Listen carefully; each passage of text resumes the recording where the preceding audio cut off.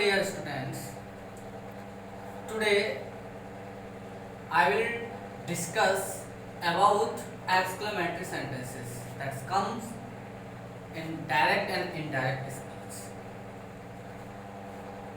You know exclamatory sentence, perhaps you don't know.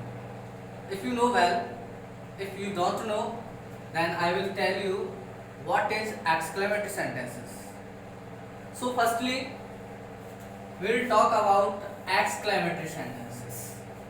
Those sentences that expresses happiness, sorrow and surprise called exclamatory sentence. Right?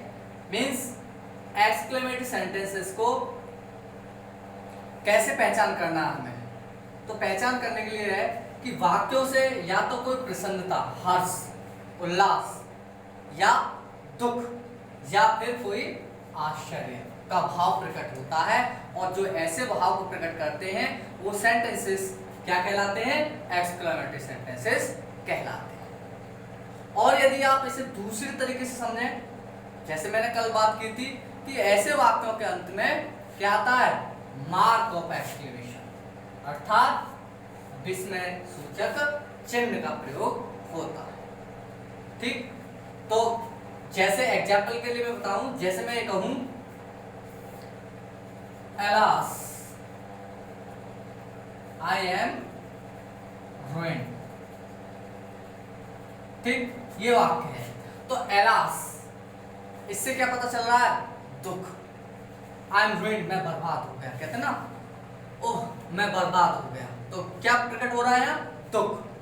अब मैं कहूं वाह आज तो हम जीत गए, या आज तो हमने खाना खा लिया टाइम से, तो क्या है? हम प्रकट हो रहा है प्रसन्नता, है ना। और जैसे कहें आश्चर्य का भाव प्रकट हो, जैसे कि ओ व्हाट अ ताज, है ना, तो क्या इससे प्रकट हो रहा? आश्चर्य। तो ऐसे जो भाव प्रकट करते हैं वे सेंटेंसेस हमारे एक्सक्लेमेटरी सेंटेंस के अंतर्गत आते हैं, अर्थात वे वाक्य एक्सक्लेमेटरी सेंटेंसेस कहलाते हैं। अब पॉइंट आता है कि ऐसे वाक्यों को हमें इनडायरेक्ट स्पीच में बदलना है। तो किस प्रकार से बदलना है? इसके लिए कुछ पॉइंट है। वो क्या पॉइंट है मैं आपको बताता हूं। सबसे पहला पॉइंट आता है हमारा सेड या सेड टू। ये किस में आता है? आरवी में, अर्थात रिपोर्टिंग वर्ब में। और जो एक्सक्लेमेटरी सेंटेंस कहाँ आएगा? रिपोर्टेड स्पीच में, अर्थात कॉमा इन्वर्टेड कॉमास के अंदर आएगा। तो जब ये दोनों चीजें हमें मिल जाती हैं तो हमें परिवर्तन करना होता है। तो सबसे पहले हम रिपोर्टिंग वर्ब में परिवर्तन करते हैं, और रिपोर्टिंग वर्ब में आता है सेड या सेड टू। जब सेड या सेड टू आता है तो हमें किस में बदलना होगा? इसे एक्सक्लेम्ड में। किस में बदलेंगे हम? एक्सक्लेम्ड में। ठीक, दूसरा पॉइंट आता है कॉमा इन्वर्टेड कॉमास। हम वही चीजें देखते चलना है जो हम पीछे करते आए हैं। लास्ट पॉइंट है, और लास्ट ये आपका टॉपिक है डायरेक्ट एंड इनडायरेक्ट स्पीच में। ठीक है, तो कॉमा इन्वर्टेड कॉमास को हटाएंगे और कंजक्शन हम दैट का प्रयोग करेंगे। ठीक, वही करते आए हैं। अब बात आती है कि ऐसा वाक्य, जैसे मैंने अभी आपको एग्जांपल देके बताया था कि alas I am ruined, ऐसे वर्ड आ जाए ओह, ये इससे इन तीनों वर्ड जो है मान लो इस प्रकार के, इससे क्या प्रकट हो रहा है? दुख। तो हम इसमें सेड या सेड टू को इंक्लूड करते हुए इन्हें हटाकर एक्सक्लेम विद सोरो, किसमें बदलेंगे इन्हें? हम एक्सक्लेम विद सोरो में बदल देंगे। ठीक, अब मान लो हुर्रे, और हुर्रे से क्या प्रकट हो रहा है? प्रसन्नता। ठीक है, तो हम इसे, जिसे हम बोलते हैं वाह वाह, है ना, प्रसन्नता, तो इसे हम हटाएंगे और एक्सक्लेम विद जॉय में बदल देंगे। ठीक, इसमें हम इंक्लूड कर लेंगे सेड या सेड टू को भी। क्लियर? अब ब्रेवो या वेल डन, जैसे हम कोई काम करते हैं तो आपके टीचर्स हैं या कोई भी, तुमने मतलब बहुत अच्छा काम किया है, तो प्रसन्नता होती है टीचर के लिए, तो वो आपको शाबाशी देता है। तो वो क्या कहता है? Bravo, you have done well, या तो ऐसा कहेगा या कहेगा वेल डन, शाबाश, है ना, शाबाशी मिलती है।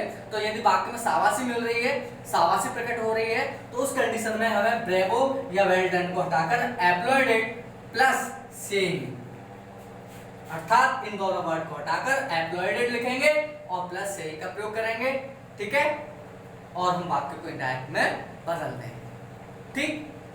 अब नेक्स्ट आता है, जैसे हम कहते हैं ना गुड हेवेंस, है ना, तो गुड हेवेंस आता है तो गुड हेवेंस को हम एक्सक्लेम विद सरप्राइज में बदलते हैं, क्योंकि इससे क्या प्रकट हो रहा है, आश्चर्य, है ना, good heavens, oh my god जैसे बोल देते हैं, तो इससे आश्चर्य प्रकट होता है, तो हम उसमें सैड या सैड टू में हम उसको किससे बदल देंगे, एक्सक्लेम विद सरप्राइज में, ठीक। और अब कोई व्यक्ति मान लो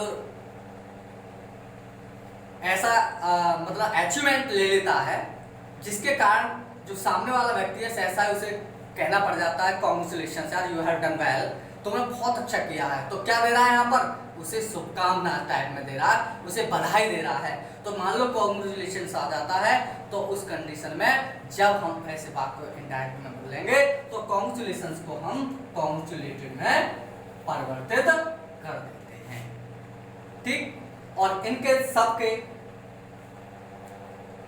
यूज के लिए, इन सब के परिवर्तन के लिए हम अब एग्जाम्पल की ओर देखते हैं, ठीक।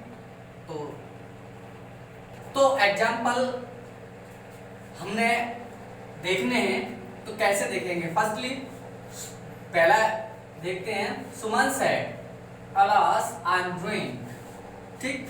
अब ये क्या है, आर भी है और ये है आर एस। अब इसमें हमें देखना है कि ये जो हमारा सेंटेंस है इससे क्या एक्सप्रेस हो रहा है, तो एलास किस में आता है, दुख, तो दुख में जब आता है तो हम किस में बदलेंगे एलास को, एक्सक्लेम विद शोरू में, ठीक है।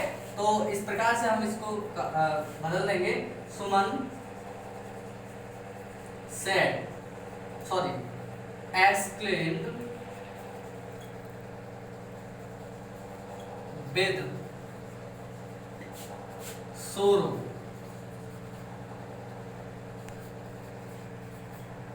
ठीक। अब हमने सेड है सेड टू पे, यानी कि अब इस बात को ऐसे समझो कि ये जो एलास और सेड है हमने इसको चेंज कर दिया, ठीक है, इसमें कर दिया इसे एक्सक्लेम विद शोरू। अब बचा कॉमा इन्वर्टेड कॉमा, और कॉमा इन्वर्टेड कॉमा को हटाएंगे और यहाँ पर हम कंजक्शन दैट का प्रयोग कर देंगे, ठीक। और अब आई कैसा है हमारा, फर्स्ट पर्सन, जब फर्स्ट पर्सन है तो सुमन के अकॉर्डिंग चेंज होगा, तो सुमन के अनुसार क्या बन जाएगा, सुमन का प्रोनाउन क्या आएगा है, क्योंकि प्रोनाउन आई तो आई की जगह पर क्या आ जाएगा, सी, और एम को क्या हो जाएगा, was red,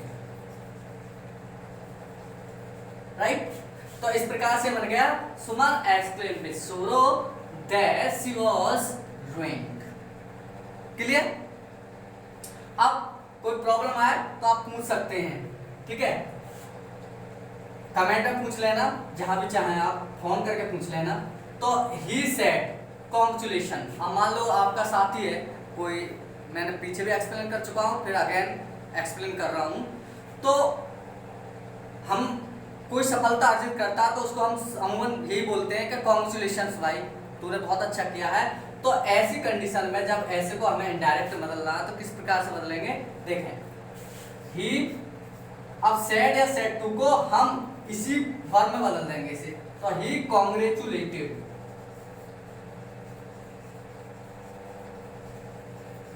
he congratulated me.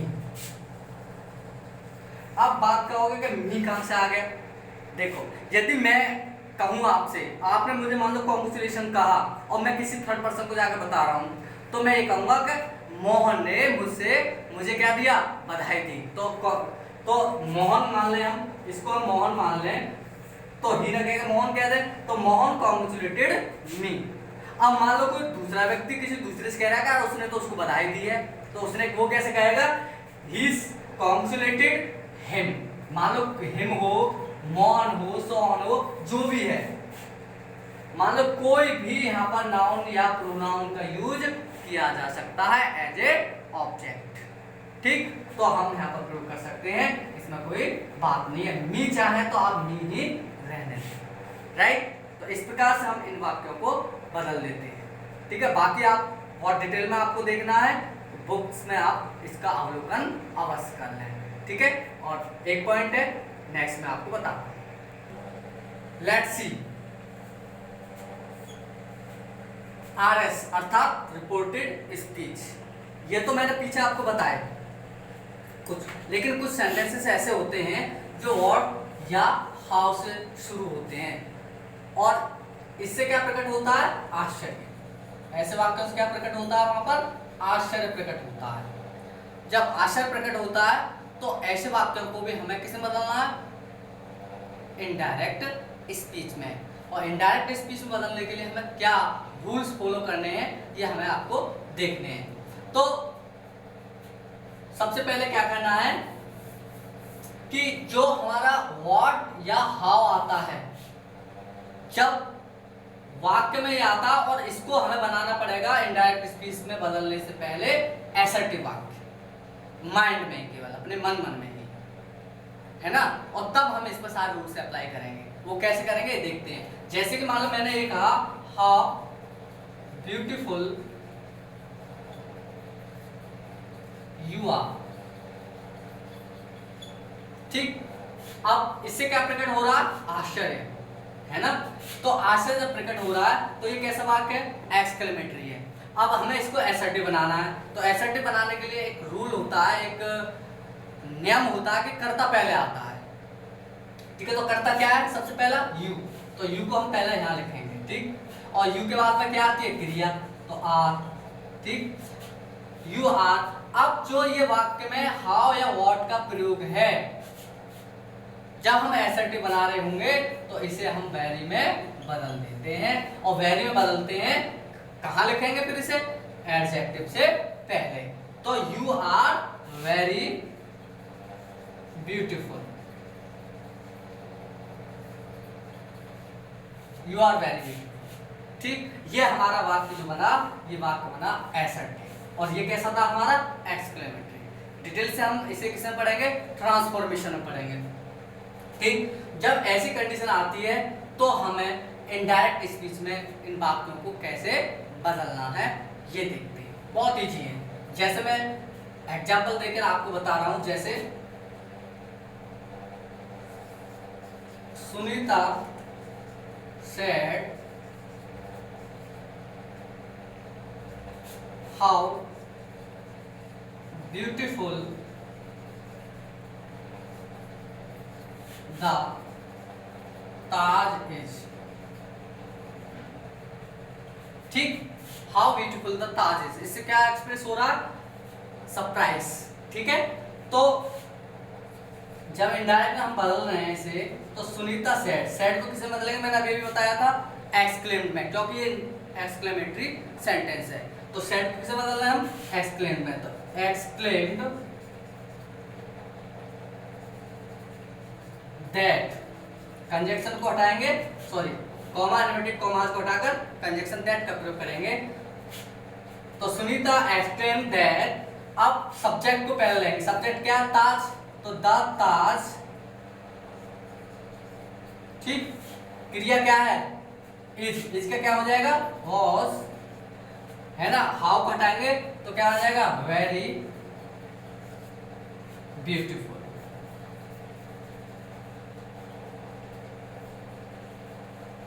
Right. Let's see one more example. जैसे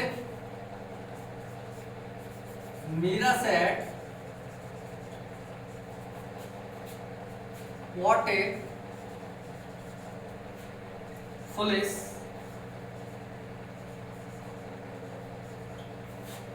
my sister is,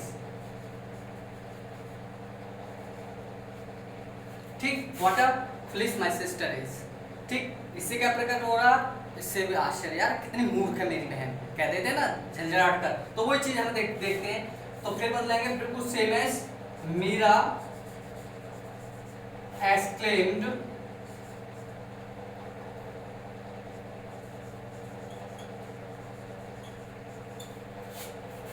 that, what ने, ये इस पर कंफ्यूज होने वाली बात नहीं है, मत ये सोचे इंट्रोगेटिव है, नहीं, हमें यहाँ से भी पहचान करनी है इसकी। ठीक है, क्योंकि एक्सक्लेमेटरी आश्चर्य प्रकट हो रहा है और अंत में मार्क ऑफ एक्सक्लेमेशन आ रहा है। यदि क्वेश्चन वर्ड के ऊपर प्रयोग हुआ होता तो यहाँ पर क्वेश्चन मार्क आता। ठीक है, तो इसलिए ये हमारा एक्सक्लेमेटरी सेंटेंस है। तो मीरा एक्सक्लेम दैट, अब माय सिस्टर को बदलना है क्योंकि इसमें सब्जेक्ट क्या है, माय सिस्टर। तो माय पॉसेसिव केस है और माय को हमें मीरा के अनुसार बदलना है। तो माय का क्या हो जाएगा, हर सिस्टर, इसका क्या हो जाएगा, वॉज, है ना, her sister was a very, क्योंकि एडजेक्टिव से पहले लगाएंगे, आर्टिकल पहले लिख लेंगे, अ वेरी फुलिश।